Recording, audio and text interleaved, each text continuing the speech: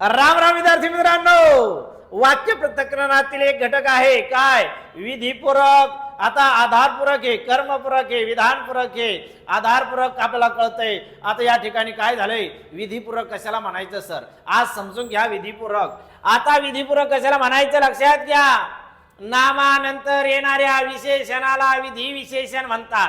नामाच्या आधी येणाऱ्या विशेषणाला आधी विशेषण म्हणतात. अरे त्या विधी विशेषणालाच वाक्य पृथक्करणामध्ये विधीपूरक म्हणायचंय. आलं का लक्षात? राजू हुशार आहे. कोण हुशार आहे? राजू. आता या ठिकाणी नामाबद्दल माहिती सांगणाऱ्या शब्दाला विशेषण म्हणतात. नामाच्या नंतर आलं विशेषण म्हणून त्याचं नाव काय? विधी विशेषण. आणि विधी विशेषणालाच काय म्हणायचं?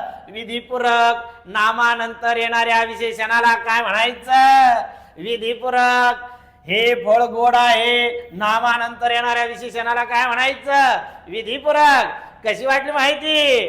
व्हिडिओ आवडल्यास लाईक करा, शेअर करा, फॉलो करा. जय हिंद, जय भारत, जय महाराष्ट्र.